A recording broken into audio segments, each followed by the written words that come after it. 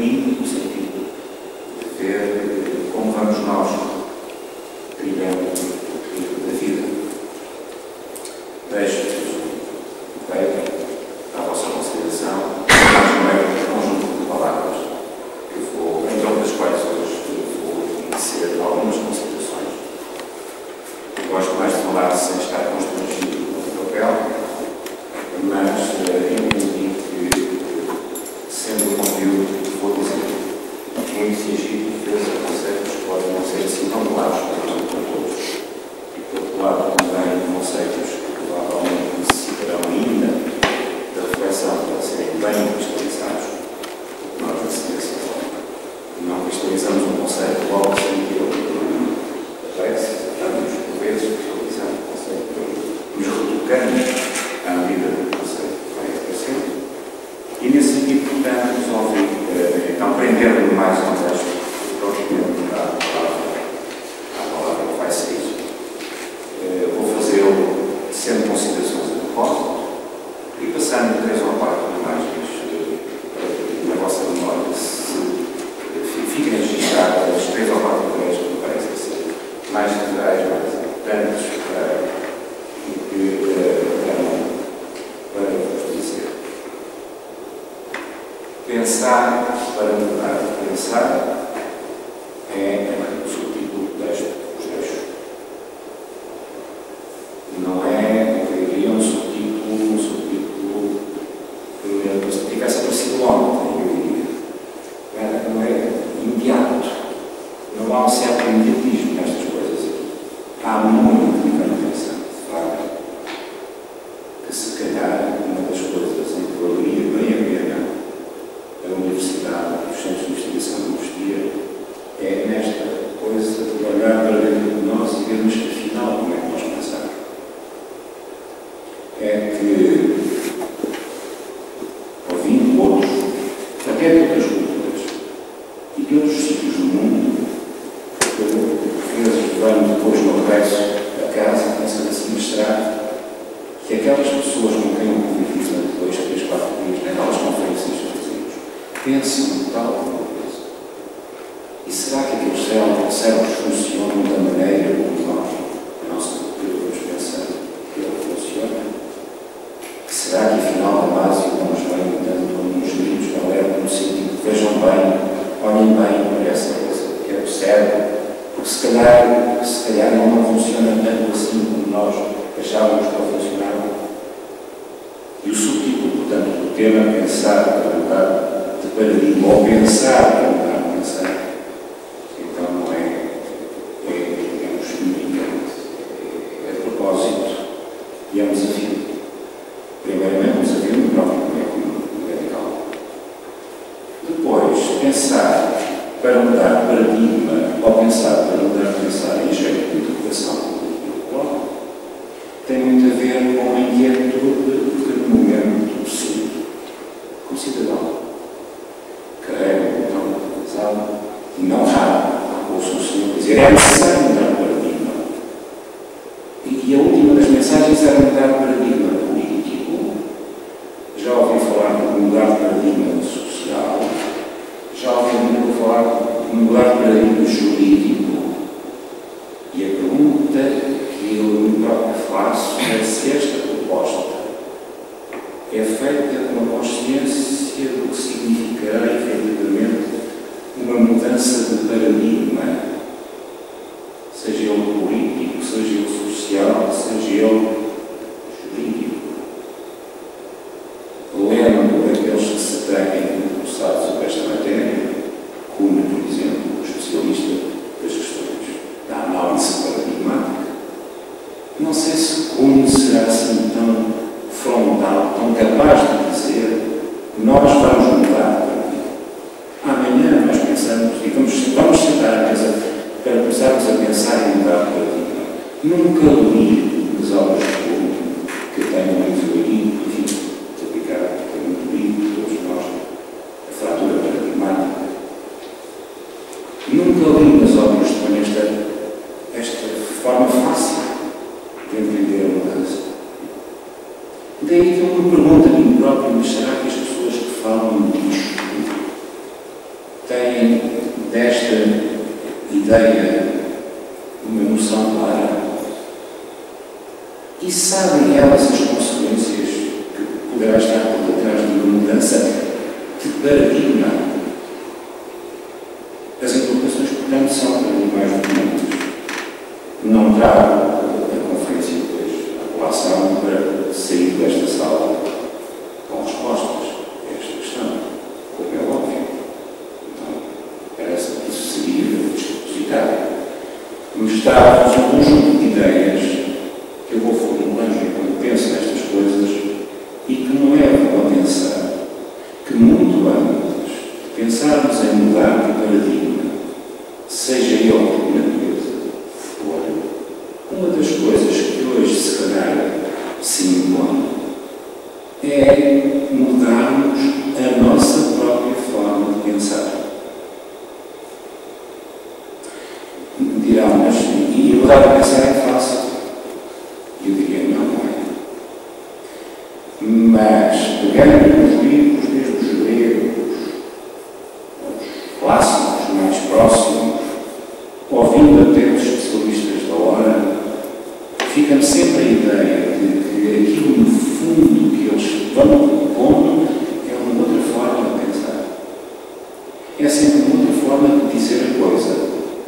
E depois, pegando os mais recentes, como é o caso de Marx, e as suas neurociências, eu vou percebendo que, afinal, ele começou numa ponta, depois foi andando e caiu na tomada de consciência.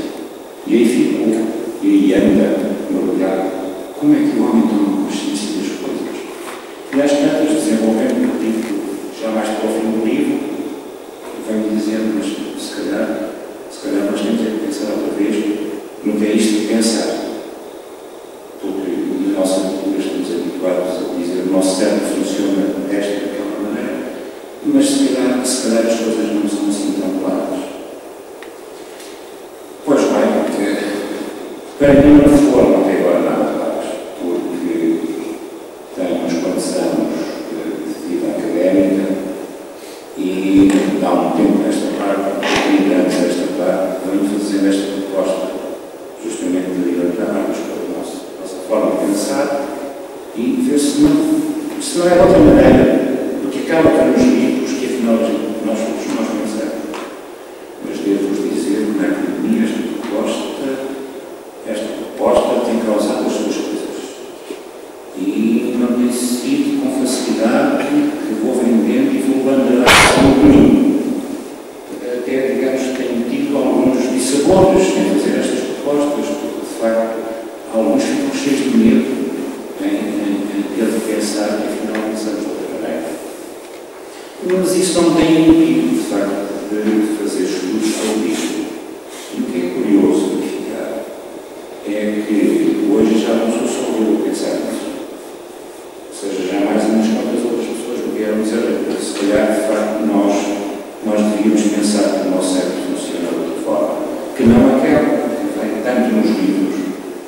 E até já me veio aconselhando voltarmos a Platão e voltarmos a Aristóteles. E eu vou-vos dizer, não, o melhor era voltar a uns anos antes desses, aos chamados pré-socráticos, e voltarmos novamente aí. Tal força com que então esta ideia se vai, eu diria, não focada em mim, mas se vai, eu diria, consolidando.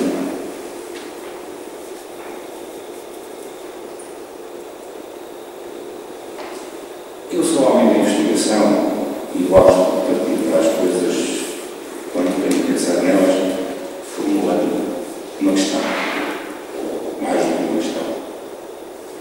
E hoje, para dialogar convosco, para conversar um pouco convosco, voltei novamente a uma questão que vem em alguns dos meus livros.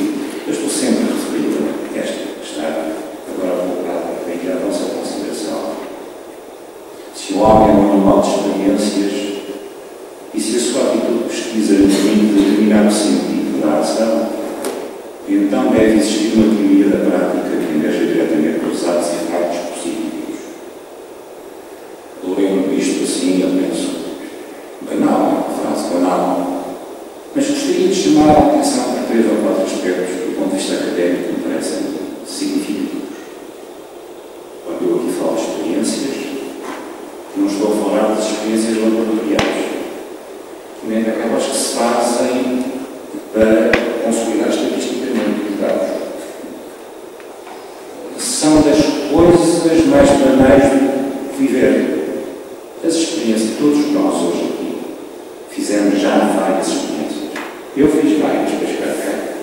E é dessas experiências que eu falo. Não tenho experiências, são experiências do cotidiano. Portanto, eu diria que banalizo o conceito de experiências, colocando ao nível daquilo que é mais simples do mundo. Eu agora estou a fazer a experiência de falar convosco, tentar o timbre ideal, tentar o olhar claro para aprender ao mesmo tempo, os senhores aí desse lado estão a fazer a experiência de me ouvir, lidar comigo. São experiências, são estas, tão simples como isso. De manhã, levantamos, começamos o nosso nível, o nosso tipo de experiências. E é destas que eu falo. Eu digo, se um homem é um animal destas coisas, a sua área de pesquisa, e de pesquisa também não tem carga científica de pesquisar dentro do laboratório. É esta pesquisa, o professor pesquisa aqui, está tateando os textos à procura de informação, da pena para escrever, a pesquisa. Este dá também, como dizem os franceses, é a pesquisa. A pesquisa no mais banal sentido do termo. É disso que eu falo. E se a sua atitude de pesquisa lhe permite determinar o sentido da ação, porque eu considero que é isso justamente que nos permite determinar o sentido da ação. Eu estou a determinar a ação e agora aqui à medida que eu vou. À medida que eu pesquisar e vou, faço tato-olho, através do ouvido, através do olhar, através do falar, e vou andando, vou determinando o meu sentido da ação. É isso que eu falo. Então, deve existir uma teoria da prática que, em vez de diretamente usada, se faz por indivíduos. E aqui há alguma coisa um pouco mais de profundidade. Na nossa cultura, particularmente na academia, nós estamos habituados a ver a teoria de um lado, a prática do outro, e estamos até muito habituados a utilizar depois de muita prática ser feita. Então vamos fechar lá no sítio a teorizar, a escrever os nossos livros, a demorar o nosso tempo, e até a nossa fase de teoria depois da reforma. Agora que tanto pratiquei, tanta coisa fiz, vou me dedicar a fazer teoria. Não é disso que eu falo. Eu falo de outra coisa. Falo de uma teoria que emerge diretamente da prática, ou seja, diretamente desta relação que aqui está a acontecer. E que não é necessário fechar numa gaveta, ela está ali já de saltar. Por lá. Lá mais à frente eu tentarei desenvolver um pouco este tema. Mas eu diria esta a questão do facto. Esta questão está escrita no livro. E eu digo, para desenvolver, se quiserem acompanhar o programa, eu vou depois descendo algumas considerações à medida que para ser fundamental, mas eu digo no texto, para desenvolver as nossas ideias e partilhar com os que nos ouvem as inquietudes que nós temos, nas nossas últimas intervenções temos partido quase sempre da afirmação anterior desta que está aqui exposta. Assim, mais uma vez, ficamos gratos e bem reconhecidos a todos os que hoje se dispuseram a acompanhar-nos nas reflexões do tema sugerido. É a viagem que a todos vós deixo expresso. Feito o agradecimento e, entrando diretamente na problemática que queremos desenvolver, deixemos expressos que a ideia que mais nos tem ocupado o tempo, ultimamente, é a de que, para bem se relacionar com o mundo, a mente humana desenvolve um complexo exercício que chamamos a organização da extensibilidade de si. Dois reparos apenas. Falo de mente, não falo do cérebro. Porque eu sou daqueles que há uma mente para além do cérebro.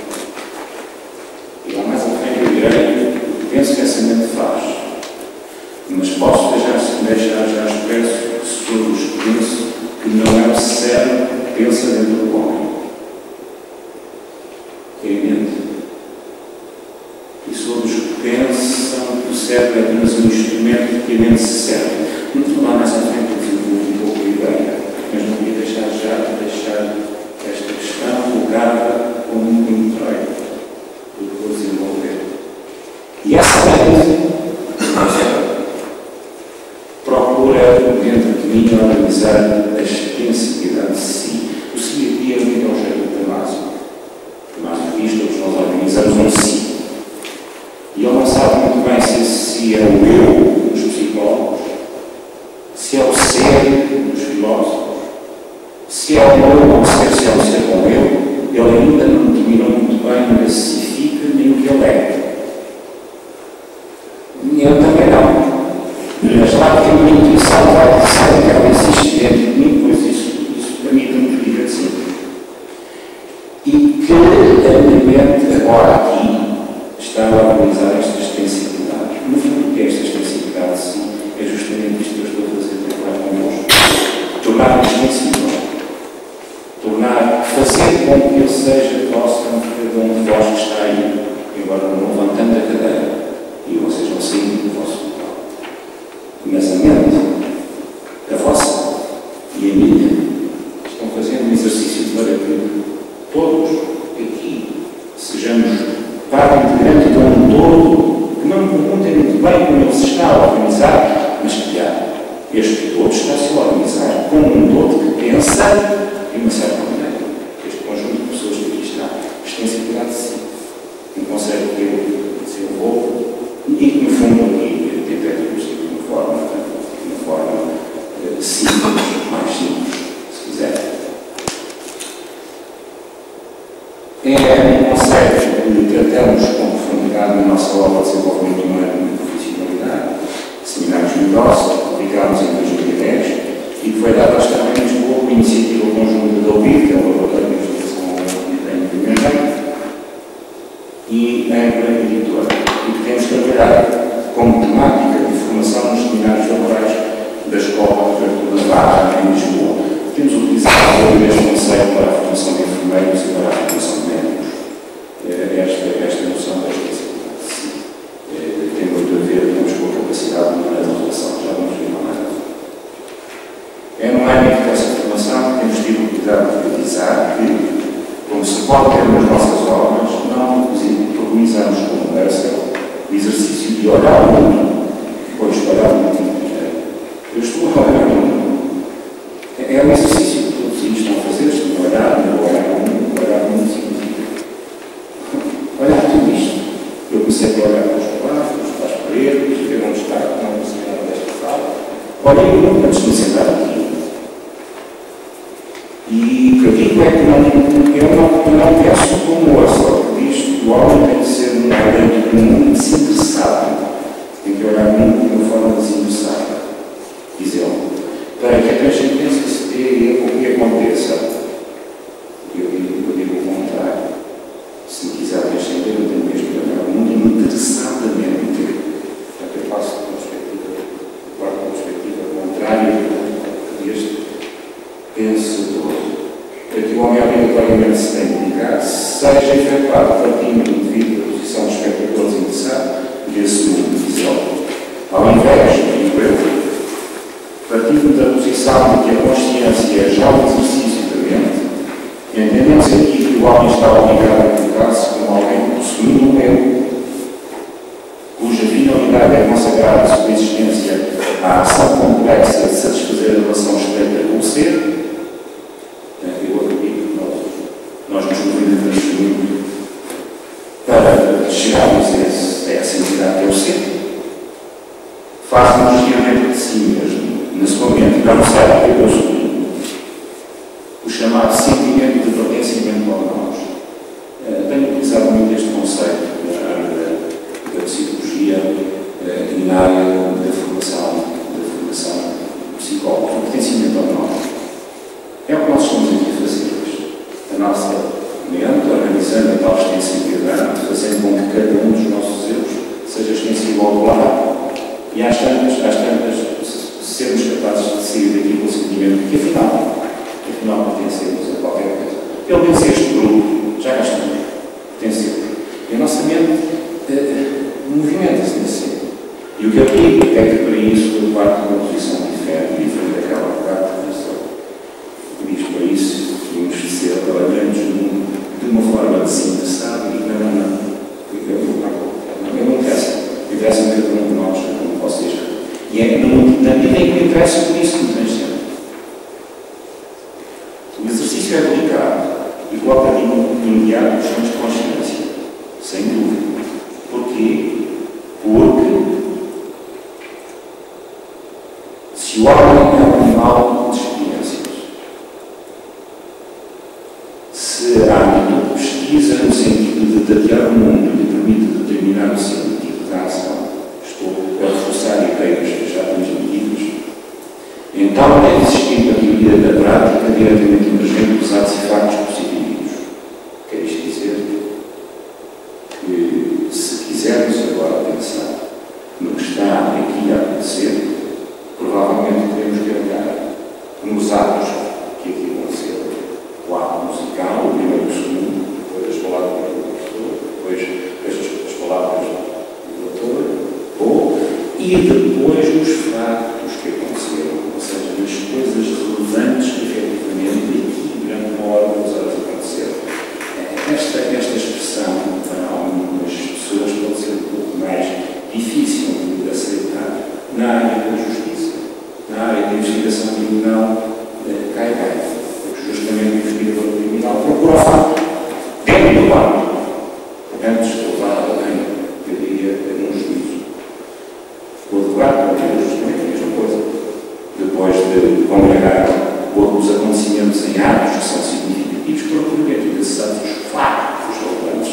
E então, a partir daí, a teoria que deles emerge.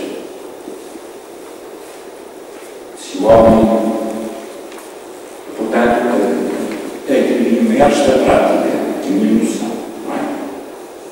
Temos apresentado esta nossa teoria um pouco por todo lado, mas ao fazê-lo, enunciamos sempre, partimos de 3 princípios fundamentais,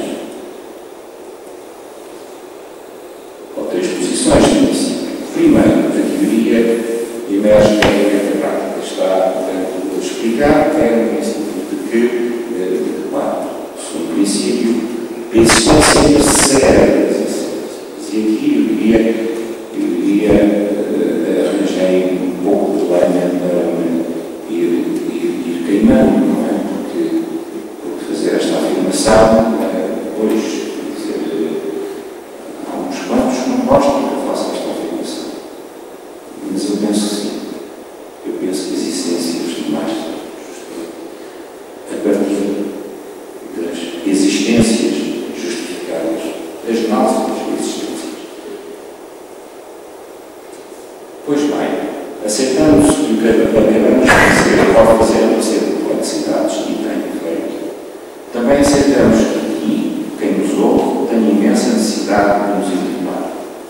Contudo, comecemos por evidenciar que as posições que explicitamos implicam que questionamentos em profundidade as nossas mais tradicionais formas de pensar. Não tenho dúvida, portanto, que estas 4 ou 5 questões, que já deixei expressas, implicam que olhemos de novo como pensamos, como ao longo dos anos fomos organizando a nossa história, fomos escrevendo sobre a nossa história e fomos constituindo a nossa civilização. Porquê? Porque para aceitar os princípios anteriores, pensamos que é necessário voltar a pensar o pensar. Pensar o pensar. Ou seja, a maneira como nós próprios aqui captamos no nosso cérebro as coisas que dizemos. E com isto eu estou a dizer que pensar, eu gostaria que não me falta nenhuma humildade de aceitar que em cada momento que eu digo pode e deve ser questionado. Porque se eu digo isto, é justamente porque ainda não tenho a ideia firmada de como é que efetivamente, afinal, então nós pensamos. Agora é que eu vou pensando que nós pensamos de forma bem diversa daquela que muitas vezes eu leio nos livros, isso não tenho dúvidas. Portanto, uma das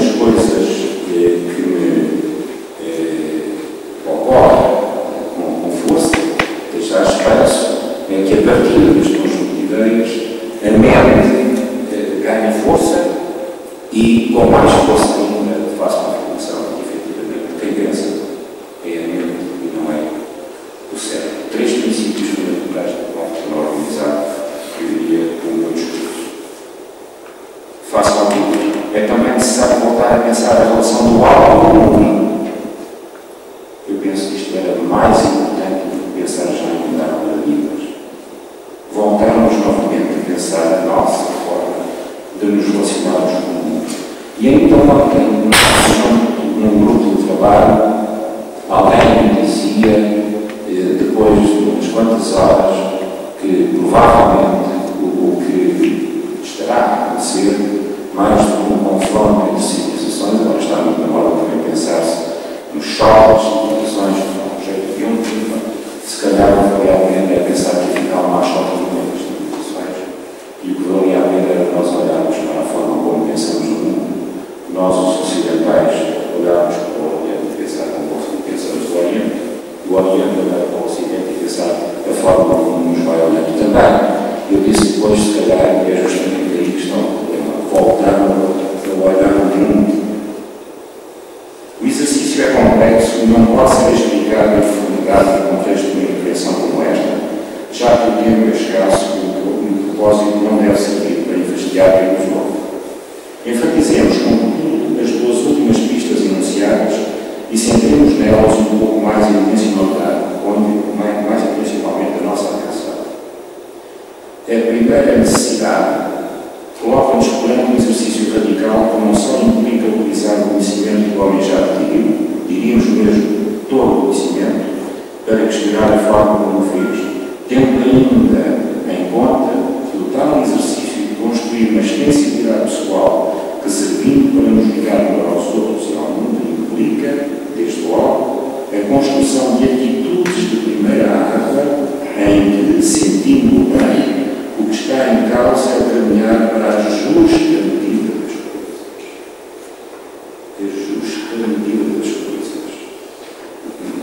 Não me chamem demasiado idealista, porque sabem se eu sou o primeiro a falar assim. Lembrem-se bem das Grécias antigas. Pensar a justa medida das coisas era, no fundo, caminhar pelo que da sabedoria. E os gregos tinham isso, eu queria muito marcar também com a ideia verdadeira. Percebe bem como muitos daqueles homens daquela altura se movimentavam em torno desta ideia, procurar a justa medida das coisas. E quando eu ouço hoje tanta gente na televisão a falar de que a reforma da justiça não se cumpre por isto e por aquilo, que a educação não anda para a frente por isto e por aquilo, que as finanças e as económicas isto e aquilo e aquilo, fico sempre a pensar, no fundo, bem no fundo, todos eles andam à procura, é da justa medida da coisa. Sempre que não é um exercício do governo nada fácil, porque se calhar o mais difícil é mesmo criar o seu mal chamado livro da sabedoria. Sabedoria, não é por saber. Não estou por saber academicamente organizado, não é outra coisa. Eu sou, morreu com 94 anos, não era um académico, mas tinha uma sabedoria que me levava muitas vezes a ouvi-lo falar, a não ter resposta para o que ele dizia e a pensar, mas como é que ele pensa estas coisas? Que coisa esquisita. Pois, e ele andava com uma semelhança que eu ainda hoje não nos e já tem uns quantos anos, ou seja, a sabedoria das coisas, a justa medida das coisas. A pergunta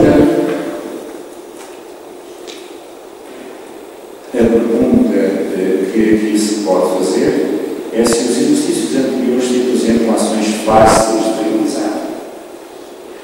E não foi difícil dizer isto aqui em conferência, transmitir estas ideias, mas a questão que se coloca por trás é que estas ações são fáceis de realizar. É fácil a todos nós organizarmos de tal forma que a justa medida das coisas nos apareça e nós sejamos capazes de dizer não está aqui a justa medida. É isto que eu queria fazer, porque a justa medida é esta. A resposta é taxativamente não. Porquê?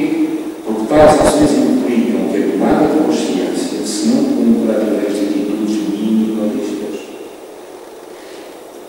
Não é uma crítica ao momento, mas deixo-vos de facto a ideia de que muitas das atitudes que hoje vejo serem tomadas são minimalistas. no sentido de que são tomadas sobre o momento e é para amanhã e depois da manhã tem que estar pronto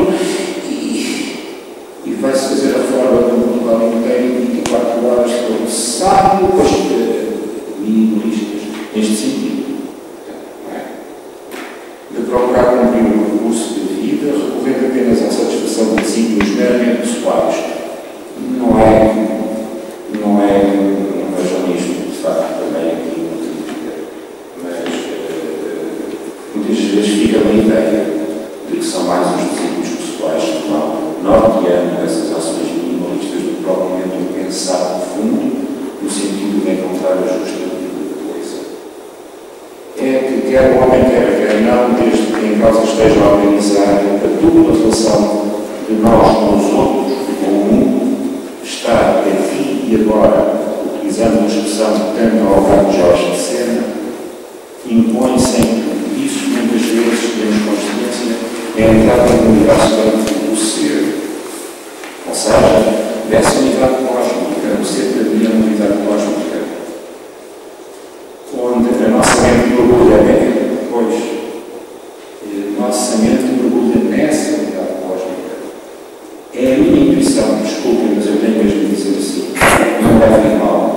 A minha intuição diz-me que a nossa mente, a minha mente mergulha nessa unidade cósmica. E perguntar-me, mas como é que se faz esse mergulho? Não sei. Mas que bom seria se eu um dia conseguisse saber. Mas provavelmente o mundo estará mesmo unido. O homem estará reservado de nunca saber como esse mundo se fará.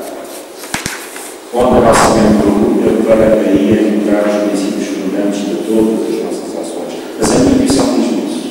Que a minha mente mergulha nessa unidade cósmica para justamente a partir daí poder determinar as minhas ações.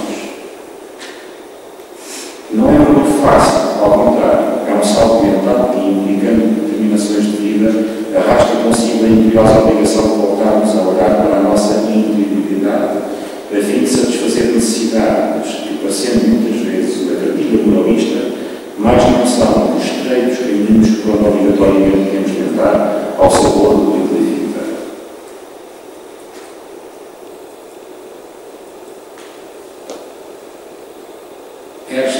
Este mergulho, que não é muito fácil, implica atitudes. Não é de qualquer maneira que se anda no ser. Também digo isso, já sei. Porque sempre tentei entrar um pouco, de qualquer maneira, dá uma sensação de que, pronto, essa coisa que eu falo do ser, me rejeita e diz, não é assim, isto tem que ser com cuidado. Há atitudes que têm de ser tomadas. E a primeira das quais é criar fiabilidade.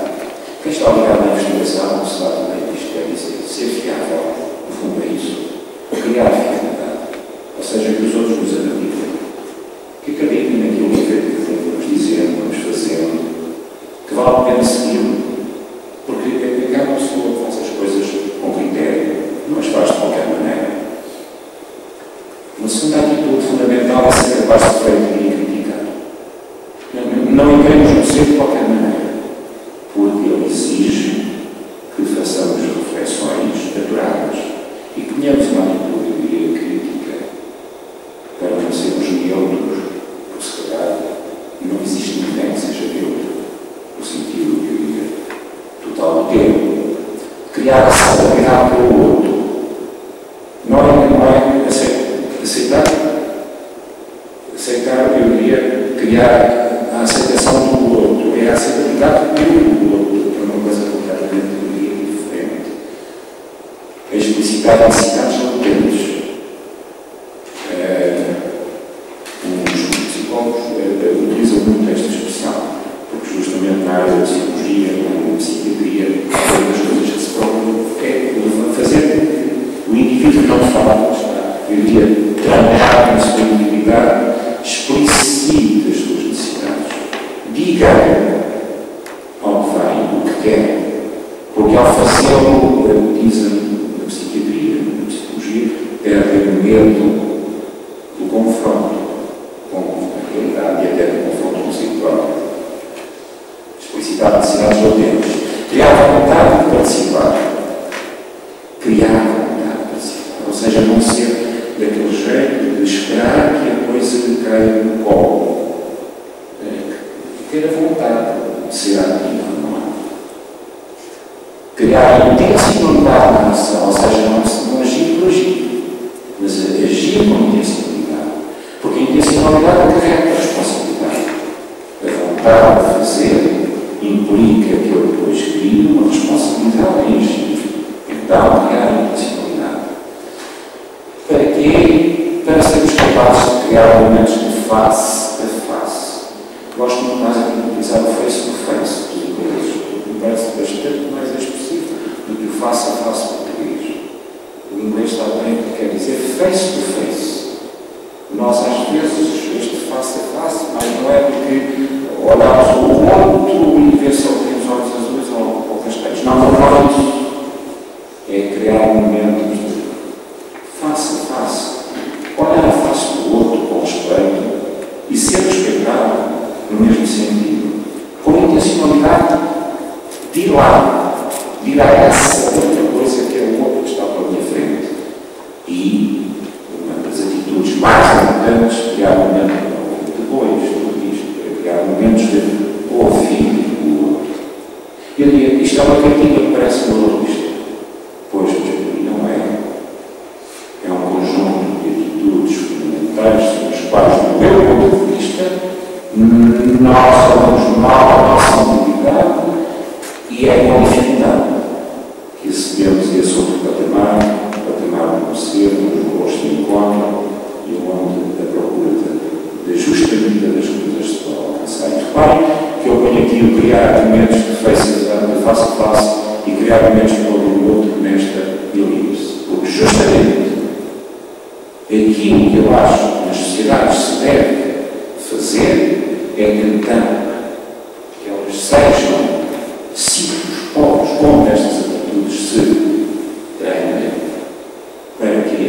Para que sejamos capazes de chegar a este ciclo.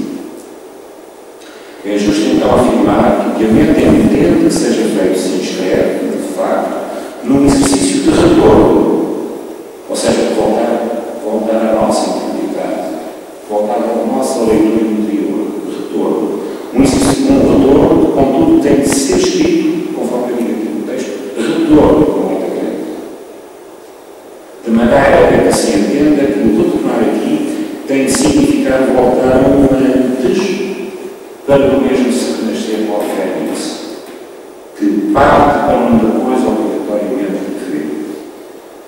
Quando leio novamente o Weber, as pessoas da Espanha sabem, quando ele escreveu sobre a cultura, sobre a civilização grega, que mais não há um livro desse escritor, senão justamente a parte justamente senão um retorno fantástico, justamente à cultura grega para sermos capazes de fazer esse retorno também interiormente e ver, sim, lá mais longe, damos um novo salto em frente no futuro, qual fênix que renasce. Por isso, reagindo embora aos que possam vir a chamar-nos de retrógrafos, enquanto interessados em fundar uma eventual comunidade científica, e tem sido esse o propósito, os ciclos ao longo da academia, é fundar comunidades científicas. Queremos, por um lado, que as atividades da mesma se inscrevam hoje, muito ao jeito do laboratório que deve ser chamado, muito ético. Façamos, contudo, a advertência de não nos queremos ver, porém, apegados apenas à forma como os gregos se empenhavam. Enquanto mentores deste diário, sabemos bem que esse caminhar é delicado, mas desde há muito sabemos também que, por muitas vicissitudes que o mesmo contempla, todo o ir andando é feito com o propósito de que o mesmo seja cada vez mais bem feito e, por isso, mais belo. Quando hoje ouvi as palavras que ficou aos nossos músicos tão brilhantemente nos iniciaram hoje a nossa extensividade de si, falou várias vezes que lhe surgiu a muito belo. Surgiu-lhe aos olhos ao belo, aos ouvidos surgiu-nos o belo. Para uns é a oração do divino que se apresenta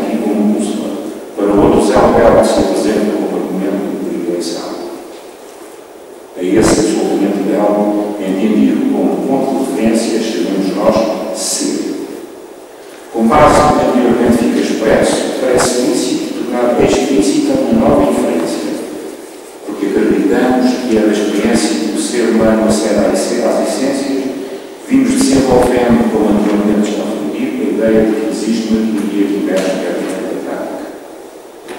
Nos contextos nacionais, as pessoas que você aí hoje mais do tempo,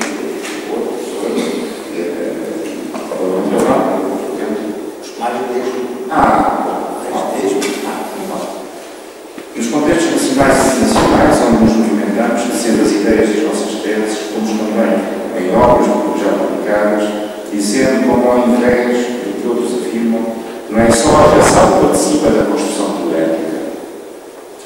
Podemos aqui mais um momento de confronto.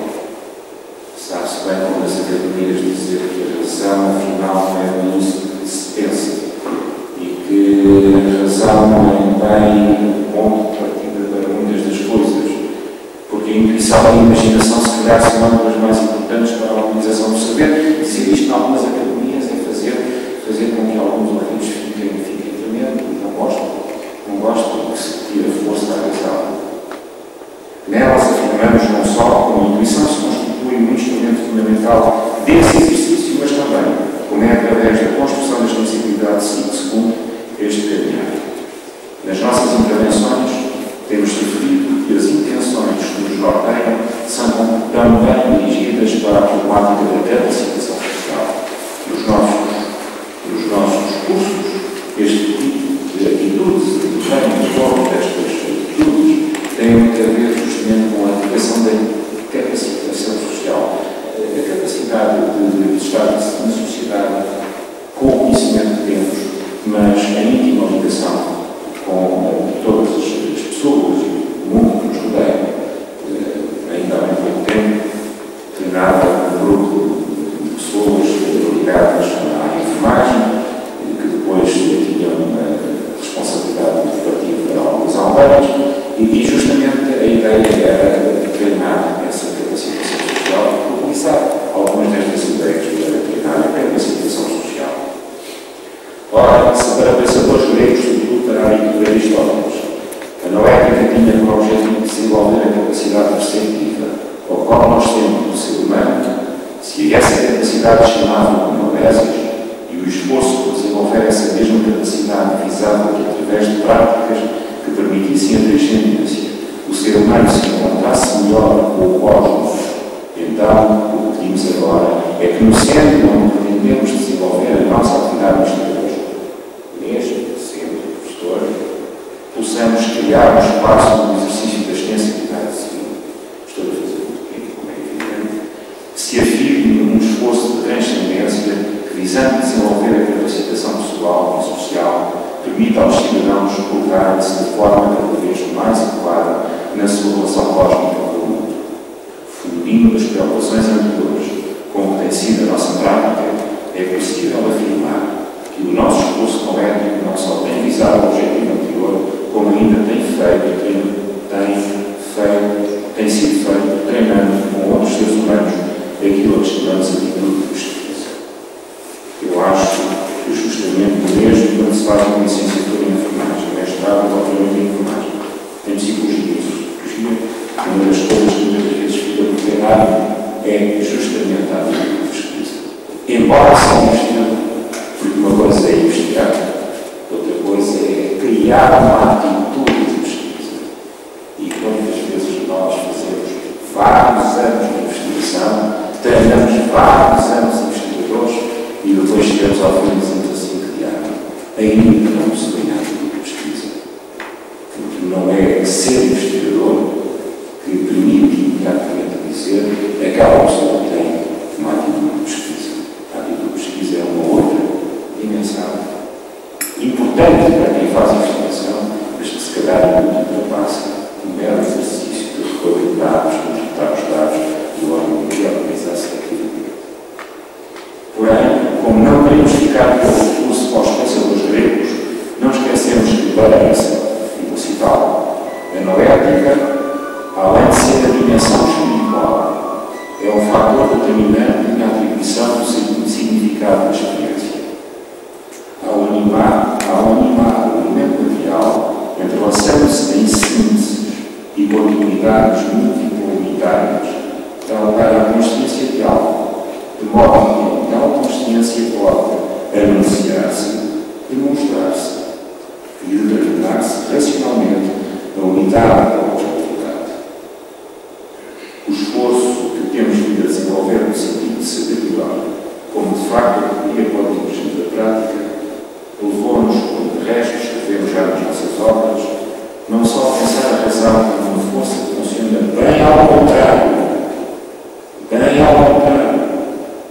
do que tem sido tradicionalmente pensada. E agora, à parte que é mesmo para sublinhar, no nosso entendimento, ela, a razão, é uma força de bloqueio do conhecimento e não de abertura do mesmo.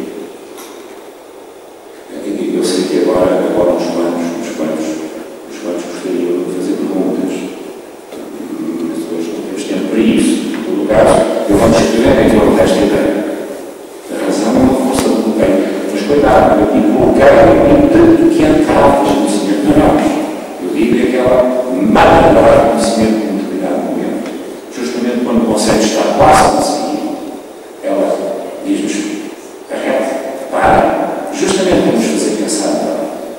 E portanto tem no pensamento a força de bloqueio. É o travão, eu diria.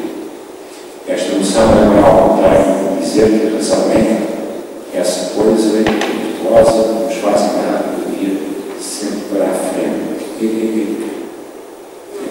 Não tenho tempo para falar sobre isso. Mas também o conhecimento, mesmo científico, tem a intuição e a imaginação as suas fundamentais alavancas. Eu sou daqueles que acredito que efetivamente o conhecimento científico tem a intuição e a imaginação as fundamentais alavancas. Nesses livros temos afirmado que, ao contrário do que muitos dizem, não é o cérebro que pensa, já o disse, mas sim mente. Nos conteúdos dos mesmos dizemos até realmente que executa a ação de pensar para propor e chegar a indicações ao cérebro de como deve o homem agir. E nos mesmos dizemos também que é logo no início de qualquer ação, ao dar o primeiro passo, seja qual for a idade e a intenção do indivíduo, que nasce do linguajar teorético. Esta frase é escrita aqui intencionalmente. Eu sou que qualquer ser humano, ao dar o primeiro passo, já está a organizar tudo. Quando parte para a ação, logo aí, nessa altura, começa a organização da teoria. Não se estranhe, pois, que os nossos livros se possam ler, de resto, em sintonia com alguns mais recentes investigadores e cientistas, que o bebê, esse ser ao mesmo tempo tão pequeno e tão perfeito, eu sou testemunho que o bebê é um ser muitíssimo perfeito. É já, logo que começa a ser concebido no ventre materno, um construtor do direito. Esta ideia custou-me muito a escrever novos livros, porque era fundamentalmente controvertida. Hoje, felizmente, já tenho colegas que eu não conheço, lá pelos lados da Califórnia e não só, que vão dizendo a mesma coisa. Nunca falei com eles, mas já ouvimos nos livros e leio justamente a APE e uma linha de investigação muito orientada para este tipo de experimentações. O bebê teórico, o bebê produtor de teoria. Não se estranha então que ao longo da nossa vida de investigadores tenhamos tido a preocupação de construir uma comunidade científica onde investigadores afinados com as ideias anteriores se preocupassem em saber mais sobre os mecanismos mentais e neurológicos. Contudo, por ligados à educação e à saúde, os nossos passos têm valorizado muito as questões candentes da relação entre estes dois domínios. Por isso, as nossas investigações têm se orientado muito para o objetivo de saber mais sobre os aspectos do conhecimento em geral e sobretudo os que respeitam ao processo criativo da sua simbologia e metalinguagem. São recomendações, se me permitem, são linhas que eu enuncido aqui, justificativas provavelmente de linhas de investigação que centros de investigação possam tentar desenvolver. Saber mais sobre a estrutura do conhecer, teoria dos sistemas, paradigmas e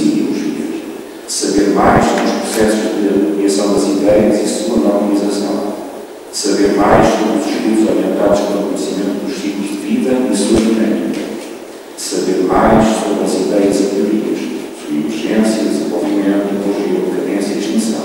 Saber mais sobre as estruturas individuais dos conceitos, crenças e opiniões. Por isso, reconhecemos que tem sido um pouco tímido no grupo nas conversas de aulas das chamadas menses. O nosso grupo tem sido tímido. Mas agora que temos de falar, porque estou envolvido na situação de fora, queremos então satisfazer com mais profundidade a nossa curiosidade. Mas olha isso sobre claro. Em jeito de conclusões. Assim, em jeito de conclusões, deixamos de contrariamente vendo os Guimarães, que no momento se tornam inibidores da vontade de querer deixar na polis os frutos dos desenvolvimentos pessoais, é a nossa convicção que se ajudas vierem pode ser possível entendemos o lançamento e desenvolvimento de alguns projetos de cariz técnico e científico, como os que a seguir se mencionam. E deixo aqui algumas ideias para projetos possíveis. Desenvolver processos de caracterização de factos e predictivos, clínicos e existenciais que permitam que cada agente tenha as suas práticas e várias representações. Identificar práticas de diagnóstico de necessidades que permitam planificar os processos diagnósticos, as atitudes diagnósticas e as relações particulares com os mesmos pressupões. Desenvolver processos de formação em contexto que permitam a montagem de oficinas de estudamento idealizado.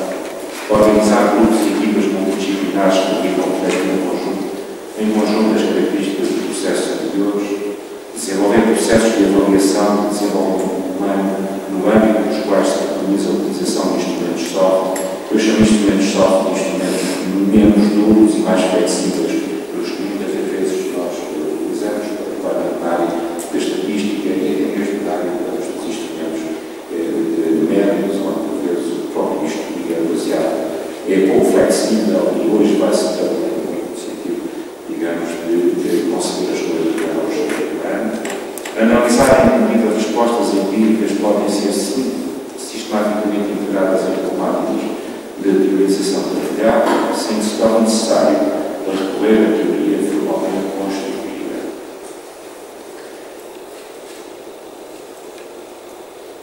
A questão central que se coloca, eu coloco, é a de que as atitudes anteriores não se criam com facilidade, como é evidente, e exigem um esforço. Porquê? Porque o homem nasce e, enquanto criança, curiosamente, temos fatores de ser, se calhar, ao contrário daquilo que poderia acontecer da nossa civilização, vai fazer com que a criança perca certas capacidades. Então tem que ser ajudada.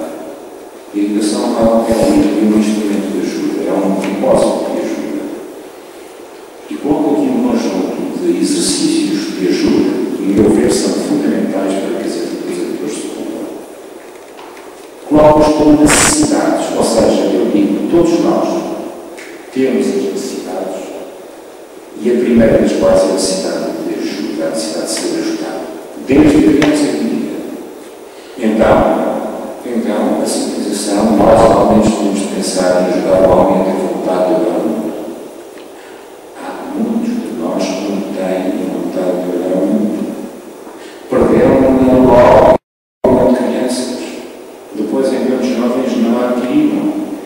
E depois, quando se chega à idade mais adulta, o mundo aparece-nos como uma coisa que olhamos pela primeira vez, muitos de nós. Ajudar o homem a fazer uma intencionalidade. Ajudar a criança a olhar o mundo com intencionalidade. Eu sei que a criança olha o mundo com intencionalidade, mas não raro o que acontece é que por ações diversas da educação e da educação, muitas vezes nós fazemos com que a criança perca essa intencionalidade com o nasce.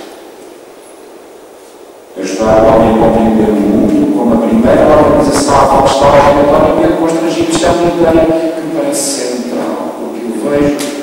Às vezes falo com muitas pessoas que têm a sensação de que existem convencidos de que pagam no mundo, mas que o mundo não lhes pertence ou eles não pertencem ao mundo. É como se andasse espaço outro, que não este. Eu penso muito assim e sinto muitas vezes isso.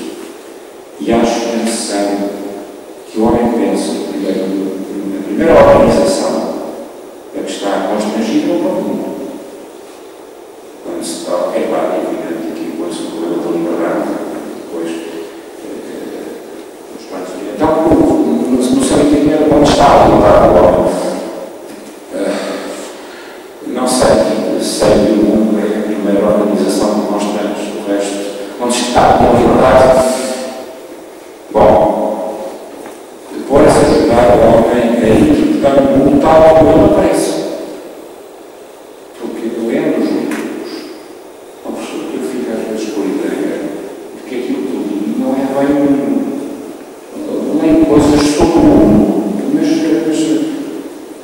e até já li muitos autores que dizem, agora que já tive em curso, que já aprendi isto aqui, depois eu vou pôr isto no quarto, sim, afinal tenho que pensar no mundo de outra maneira, porque não era isso. O mundo é outra coisa. Olhar o mundo tal como ele aparece.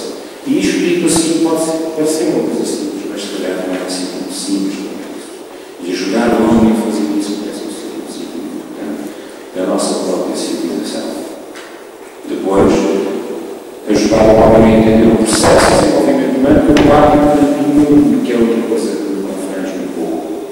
É que nas disciplinas onde se estuda o desenvolvimento humano, por vezes, estuda-se o desenvolvimento humano como se aquilo fosse um processo que não pertence ao mundo, de facto.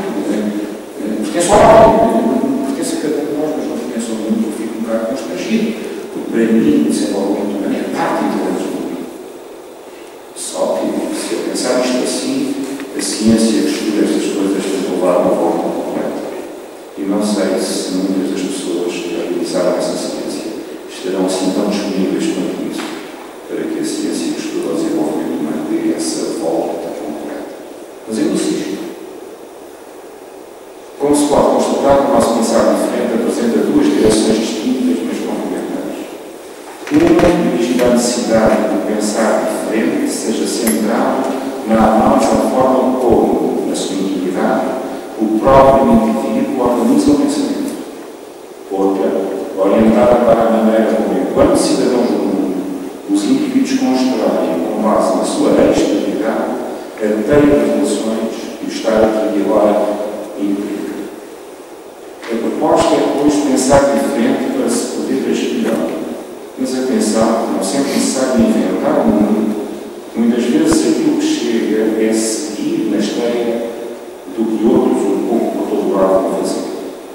Alguns documentos publicados por instituições de referência podem servir-nos de guia. Olhemos por isso para uma das passagens de um dos muitos textos com que o IONS Institute of Innovative Sciences apresenta Mónica Chava. Mónica Chava é uma colega nossa que o IONS Institute faz vários seminários sobre comunicação esta humana. Criadora do projeto Leadership and Capacity Development a cargo das Nações Unidas e que no referido instituto dinamiza uma rede de teleseminários. Nesse texto, o IONS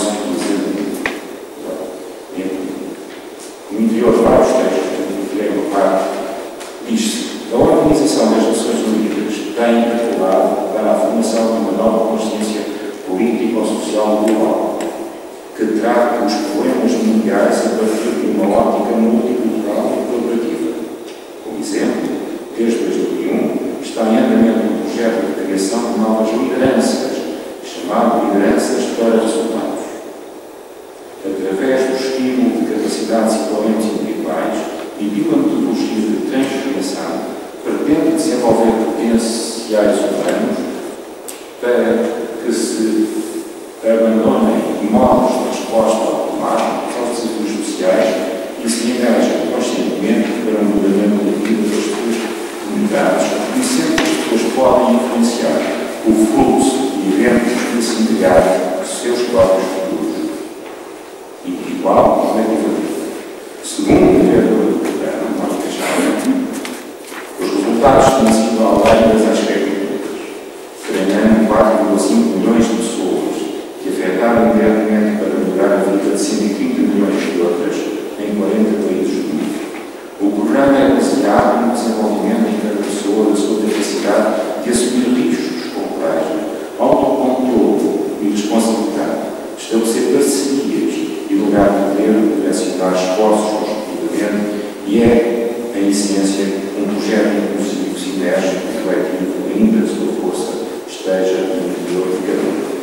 Eu acho esta referência, porque é um projeto internacional, não tem a divulgação deste projeto, sei que o Instituto do Centro de Investigação, onde faço investigação, anda procurando essa com este trabalho, ainda não conseguiu, mas é um projeto internacional utilizado lá nos Estados Unidos e das Nações Unidas. Eu estou no final desta conversa convosco e não queria ir embora sem vos deixar alguma coisa que possa constituir um pequeno desafio. Não é bem mal, iniciei uma questão e como investigador deixo uma questão. Se o homem é cada vez mais enclausurado no caminho estreito da cognição, onde o sentido da vida muitas vezes se perde, torna-se necessário que a educação e a filosofia se afirmem em instrumentos capazes de propor atitudes sociais verdadeiramente lucrantes e altruísticas. Desculpa-me, é puxar a base à sardinha, eu sei. Puxar a base à sardinha da educação e da filosofia, mas eu acredito tanto, que estes são os dois grandes instrumentos ao serviço do homem para que alguma coisa de bom nós possamos ter o sentido de mudança, que nos ajude e que nós gostemos de algo que se consuma, é verdade. Como que é mesmo para acabar o contacto convosco da conferência, porque a educação e a filosofia e não a ciência